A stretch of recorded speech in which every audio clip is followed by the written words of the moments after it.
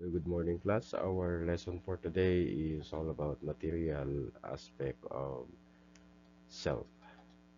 So sa pag-uumpisa natin sa lesson na ito ay sa buhay class ay maraming tao ang nagwo-work to earn money just to buy the basic needs or necessities kagaya ng pagkain, ng damit, ng shelter at marami pang iba na pangunahing needs natin. So we also spend money to buy material things, okay, na siyang nagbibigay sa atin ng comfort, ng convenience, and of course ng pleasure. At ang ibang tao din ay they buy things to earn admiration and praise and recognition mula sa ibang tao kasi gusto nilang yung kumbaga tinitingala sila ng ibang tao or pinupuri sila ng ibang tao.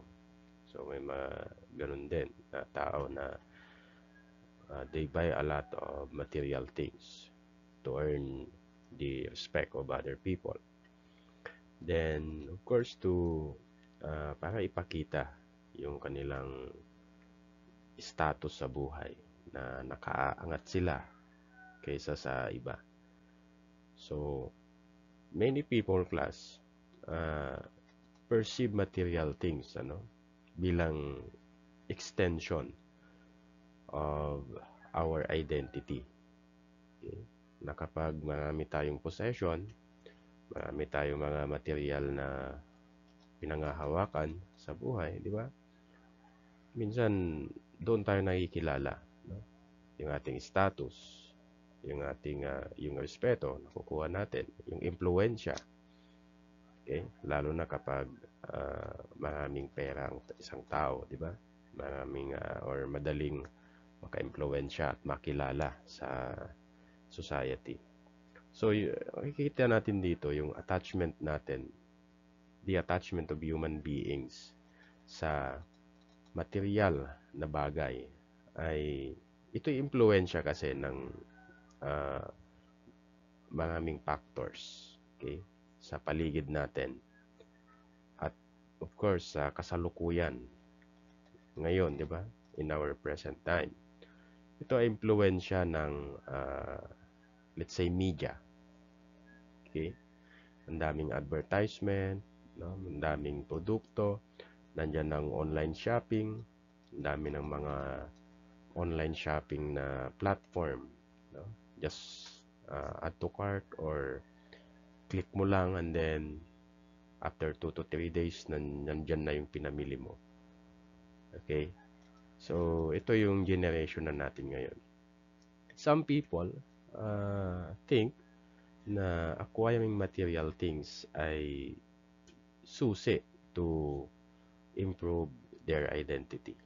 Kasi nga, pag halimbawa marami kang nabibiling mga material na bagay, ay parang yung sa feeling mo ay talagang uh, nakaangat ka, no? Parang may kaya ka, ganon. So, some people assume that their participation class sa consumption of goods and services sa economics ito consumption of goods and services. Ito present the material self natin, okay? Ito yung participation natin, no? In furnishing our status and role in the society. Okay?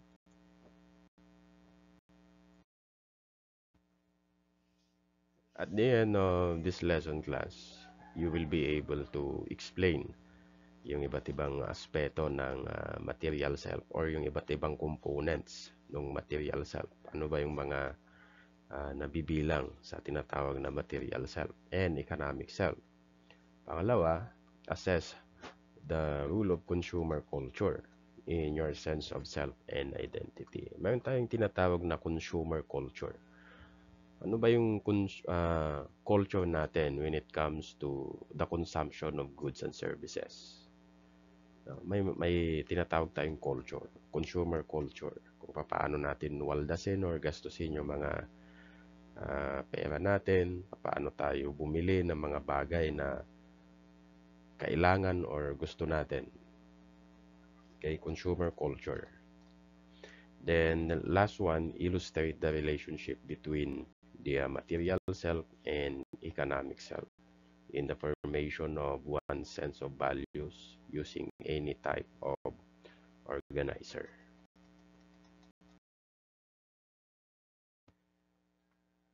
Define natin, class, ano ba ang material self. Ang material self is defined as the self that consists of, una, yung ating body, yung ating clothes, yung ating immediate family, yung ating tahanan, and other things. One, okay, take note, considers to be his or her own. Pagmamay-ari mo, kumbaga. Mga bagay na pagmamay-ari mo ay it belongs to the so-called material self. Sabi ni James, people invest themselves in their material possessions. And that's true. We invest for material possessions like luxury car, house and lot, gadgets, iPhones, yan. So, at marami pang iba. We invest on those kinds of material possessions, di ba? Kung ano yung latest na gadgets ngayon, yun yung gusto natin. No? So, but then, hindi po yan masama, class. Hindi yan masama. Okay? Thus, feeling deeply connected to them. Okay? The more people invest themselves in their possessions, the more na we are attached, okay, sa mga material possessions na yan. Let's have the aspect of material self. So, material self, again, is a dimension of the self related to physical materials. So, mga material na bagay. We are made aware of them, okay, by what we see in commercials, like advertisements, mga TV commercials, nowadays yung mga ads sa mga online platform like YouTube, Facebook, social media. Ang daming ads dyan or commercials, di ba? Minsan napapabrowse tayo kapag napapadaan sila sa mga pinapanood natin. Kasi yung sa ads, dumadaan sila doon. On television, yung mga babalitaan natin kung ano ba yung mga uso in demand today. And kung ano yung mga napapakinggan din natin. Hindi lang sa radyo, sa mga kapwa din natin. Mahilig sa material things. Okay? Or mga friends, kaibigan, sa school. Yan. Papakinggan natin na usong ngayon. Usong damit, usong gadgets, something like that. And what we read sa mga printed materials like magazines and of course yung pinaka latest ngayon yung social media like newspapers and magazines, social platforms kagaya ng Twitter, ng Facebook, ng Instagram, ng YouTube, and private messages. So ang material self, class, ay tumutukoy sa ating katawan. Okay? Yan yung pinaka unang component ng material self, our body, which is the tangible objects. Or the tangible objects, yung place, material self din yan, kaya ng lote mo or lupa ninyo, material self din na may tuturing yan. And things na sinasabi natin na sa akin, my or mine. Lahat ng mga bagay na pagmamay-ari mo ay matatawag nating belong sa ating material self. Okay? So class, we have two classes of self. Una is the body self. Ito'y tumutukoy, of course, sa ating katawan at sa lahat ng parts ng ating katawan. Okay? Pangalawa is the extra corporeal self. Ito yung mga sinabi ko kanina, yung mga bagay na or material possessions na pagmamay-ari natin. Okay? That is extra corporeal self. Example, halimbawa, yung favorite mong books, okay, or book na binabasa, that is extra corporeal self. Okay? Beyond the body. Okay? Hindi lang doon sa katawan mo, kundi sa mga material possessions na pagmamay-ari mo. Okay? According to Rosenberg 1979. It is our extended self. Okay? Mga material possessions na pagmamay-ari mo. Those are extra corporeal self. Again, sabi ni William James, sinabi niya na ang material self basically tumutukoy sa ating katawan, sa ating clothes, sa ating immediate family, and even our home. Okay? So, for William James, those are material self, tangible objects. We have now the components of material self or the mga aspeto ng ating material self. Ito yung apat na yon, yung pinaka-basic, according to William James. Una is yung ating body, which is the most essential or pinakamahalagang component or aspeto ng ating material self. Ang ating katawan, ang ating body ay we are intimately attached to it. Okay? So, ito ay iniingatan natin. We value it the most. Ang ating katawan, we keep it healthy and in good condition. Diba? Because if our body is not well or hindi maganda yung pakiramdam, our other selves will suffer also. Okay? Diba kapag may sakit tayo, we're not able to mingle with other people. Nasa kwarto lang tayo, nakahiga. So, nagsasuffer yung ating sarili, yung ating self. Diba? So, kailangan ay we need to keep it healthy. No? Because it is the most essential part of our material self. Pangalawa is yung clothing. Excuse me. Ang clothing naman, importante din naman ito sa atin, class. Clothing is our clothes protect our body from extreme temperature, lalo na ngayon, diba, napakainit. So, isa yan sa protection natin, yung ating mga damit, di ba? And of course, hindi lang yan. Kapag maayos yung pananamit, maganda, di ba? It enhances our physical appearance. Di ba? So, sa pananamit pa lang ay maayos na tayo, di ba? Maganda sa paningin ng ibang tao.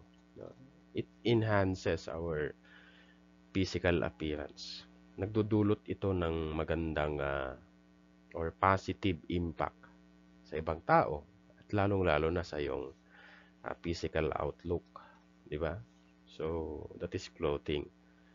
And of course, isa din sa mahalagang component or aspect ng material self is yung ating family. Mawala na lahat-lahat sa atin, no? Wag lang yung pamilya. Babalik at babalik pa rin tayo sa ating pamilya. Our family is the source of our life. Okay? The single most important influence on a child's life. Ito yung pinakamahalagang part sa buhay natin, sa pagkatao natin. Mula pagkabata hanggang tayo tumanda. Ito yung pinakamahalagang part sa buhay natin, yung ating family. Family signifies love and hope. Okay? And it gives the members a sense of purpose and goal. So, bawat member or part ng pamilya ay, kapag may pamilya ka, ito yung nagbibigay ng sense of purpose, ng sense of goal.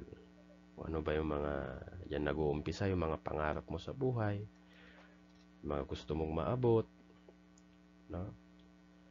So, our family gives the sense of purpose and goal.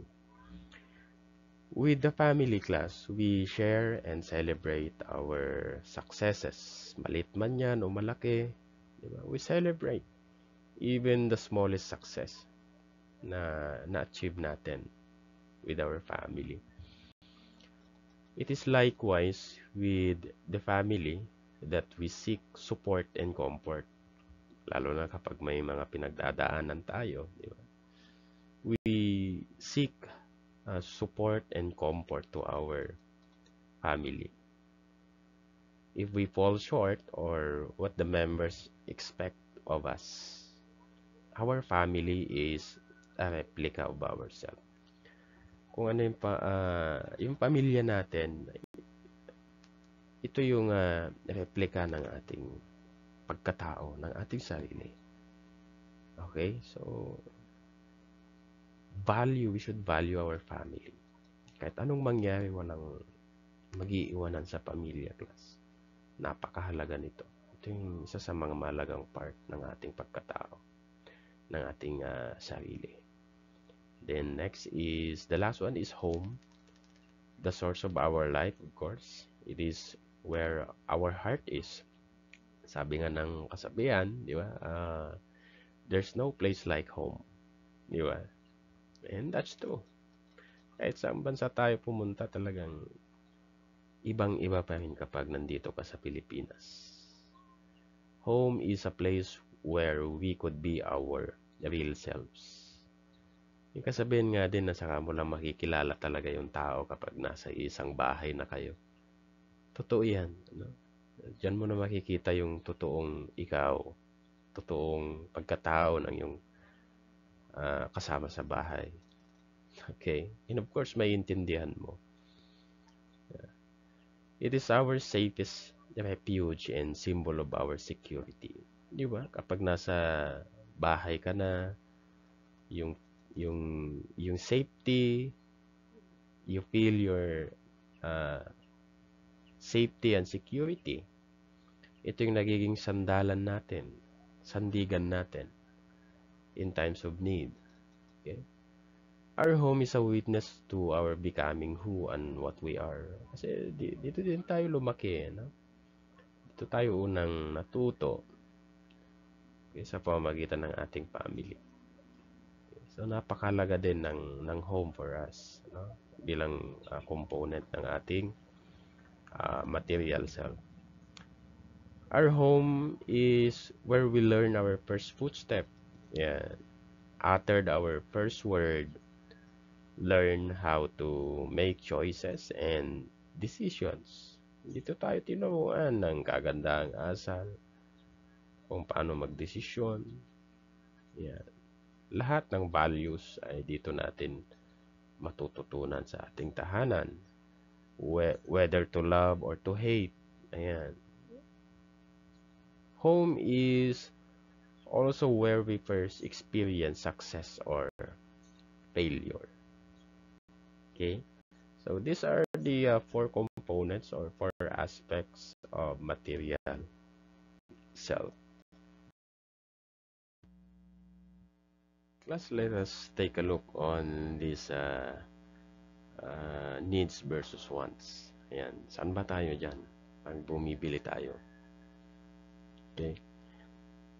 Anong mas inuuna natin kapag tayo'y namimili? Needs ba or yung wants? Diba? Need is something that a person must have in order to live, or ang needs ay kailangan for survival, para mabuhay tayo. Yan ang needs, kagaya ng pagkain, clothes, shelter or tahanan, medicine, and many other things that are necessary or kailangan for survival. Those are needs. Okay? And sa want naman, it is something that a person desires to, but can live without. Okay? Yung mga wants natin ay mabubuhay pa rin tayo kahit wala itong mga bagay na ito. Kagaya ng mga luxuries. Luxury car, mamahaling gadget. Mabubuhay pa rin naman tayo kahit wala itong mga to.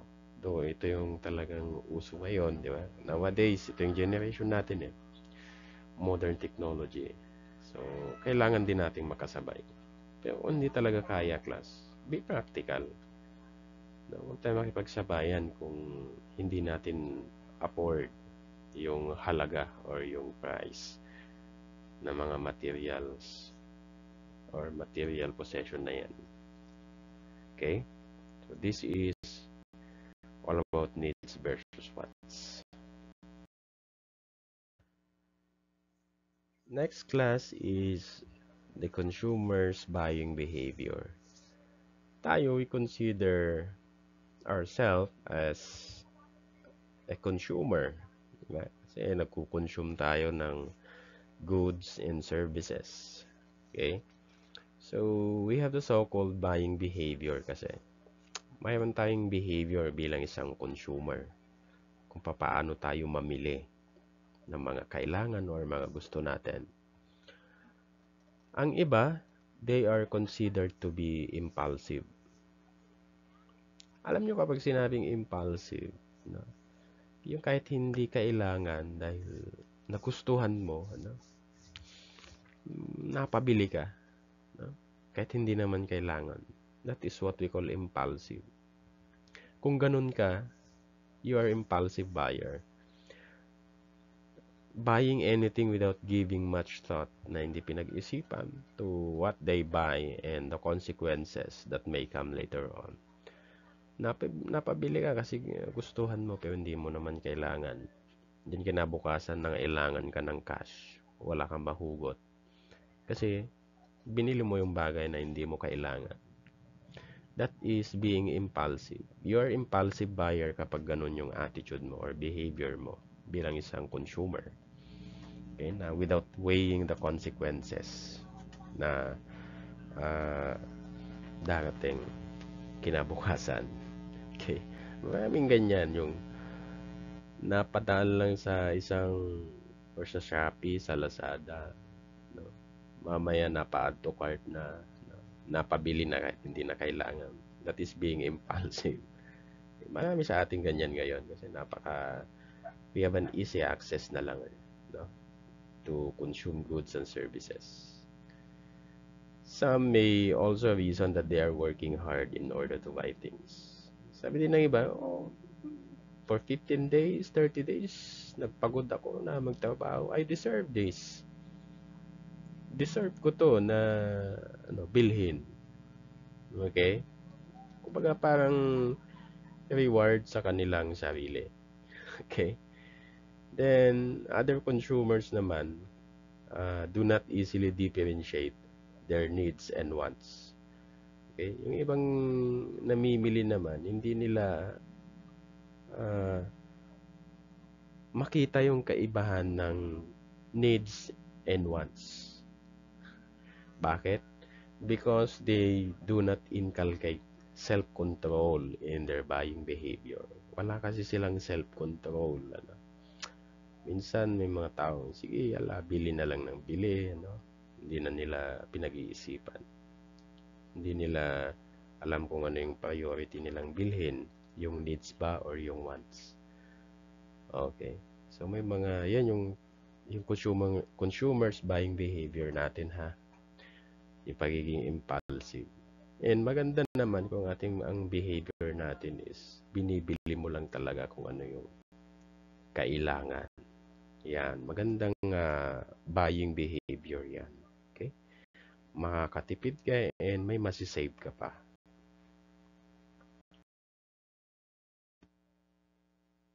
Then as a consumer, one should know what to prioritize. Ikaw bilang consumer, alam mo dapat kung ano yung priority mong bilhin na mag-benefit ka in in the long run, magbe-benefit ka ng matagal, hindi pang short term lang. Ganun dapat ang buying behavior. Yung magagamit mo ng matagal, di ba? Minsan yung mayroon pa tayong buying behavior yung makakatipid nga tayo pero isang araw lang or 2 days, wala na, wasak na. May buying behavior tayo na ganun dahil sa kagustuhan nating magtipid. Why not bumili ka ng kahit mahal basta magagamit mo ng matagal, di ba? Mapapakinabangan mo pa ng matagal. Okay? Then, isang factor din kasi yung ating budget, di ba? Malaki ba o maliit? Available, affordable ba yung bibilhin? Swak ba sa budget, di ba? So, may mga ganung basis tayo. Case-to-case basis tayo. One should also allocate part of his or her earnings for savings. Kailangan kahit gumagastos tayo, ano? Wala namang taong hindi gumagastos. Ngunit, we should also allocate kahit konting part lang or portions na yung mag-save tayo, mag-ipon for savings. Nang sa ganon, kung may mga importanteng reasons or emergency to expend sa future, baka may future na or emergency na pagkakagastusan tayo, biglaan, at least, mayroon tayong mahuhugot. Di ba? So, kasi in spending money, one should avoid being impulsive. Iwasan natin yung maging impulsive tayo. And instead, be practical and prudent. Maging practical, no? Wag yung gusto mong bumili ng napakaraming material, things, para may pakita mo sa iba na talagang mapera ka. I think hindi akma, no? Hindi siya akma, hindi tama. Why not maging practical ka na lang? Kung ano lang talaga yung kaya mo, yun lang. And be prudent or maging wise, matalino in spending our money. Okay?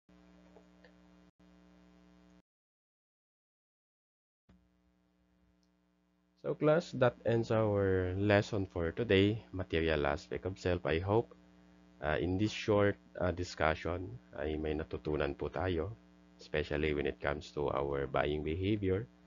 And sana ma-differentiate natin yung kaibahan ng needs and wants. Nang sa ganun ay hindi tayo maging impulsive sa ating buying behavior bilang isang consumer.